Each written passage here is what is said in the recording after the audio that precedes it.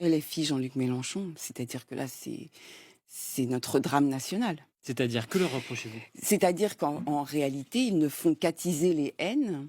Ils ont des mots-clés et c'est les mots que je pointe dans ce livre: islamophobie, Vic génocide. victimocratie également?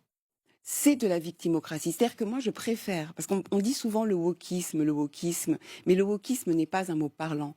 Là, ce qui se passe avec l'extrême gauche, c'est que euh, lorsque vous avez une certaine couleur de peau, lorsque vous êtes d'un certain genre, lorsque vous avez une certaine religion, c'est comme si vous êtes au-dessus des lois.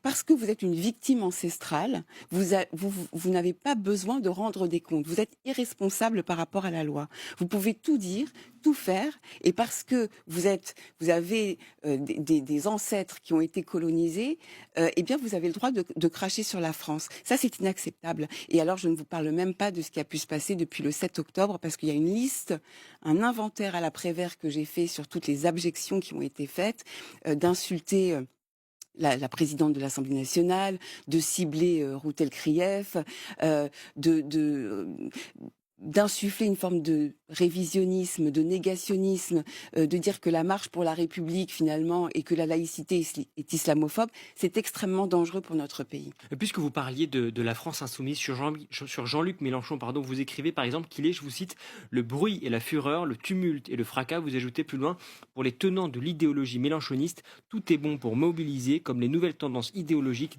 destructrices du pacte républicain». C'est ça ce que vous appelez le monde de la destruction? C'est le monde de la destruction.